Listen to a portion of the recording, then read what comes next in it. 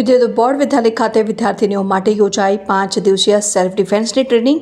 જેબી colony ખાતે મહિલાઓ માટે એપ્રિલ 2025માં યોજાયેલ સેલ્ફ ડિફેન્સની ટ્રેનિંગ બાદ હવે GUVNL દ્વારા વિદ્યુત બોર્ડ વિદ્યાલય ખાતે 9મા ધોરણની અંગ્રેજી માધ્યમની વિદ્યાર્થીનીઓ માટે યોજાઈ 5 દિવસીય સેલ્ફ ડિફેન્સની ટ્રેનિંગ. શી ટીમના કાઉન્સિલર અને એડવોકેટ શિલ્પા દવે દ્વારા આપવામાં આવી તાલીમ.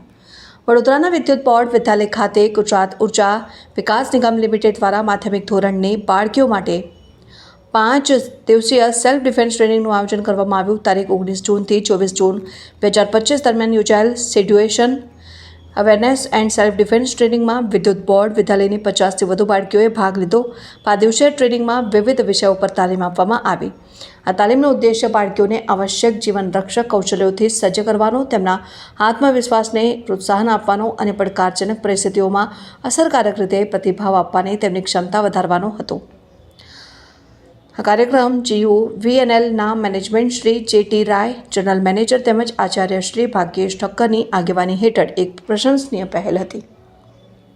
મહિલા કેન્દ્રિત કલ્યાણ પ્રત્યે તેમનું નેતૃત્વ અને પ્રતિબદ્ધતા એ આ તાલીમના આયોજનમાં મહત્વપૂર્ણ ભૂમિકા ભજવી હતી. વિદ્યાલય ખાતે અભ્યાસ કરતી માધ્યમિક ધોરણના સશક્તિકરણ અને તેમની સલામતીને સુખાકારી સુનિશ્ચિત કરવા GUVNL વ્યાપક ધ્યાન કેન્દ્રિત કરે છે. ટ્રેનિંગનું સંચાલન શી ટીમના કાઉન્સિલર શ્રીમતી શિલ્પા દવે દ્વારા કરવામાં આવ્યું હતું.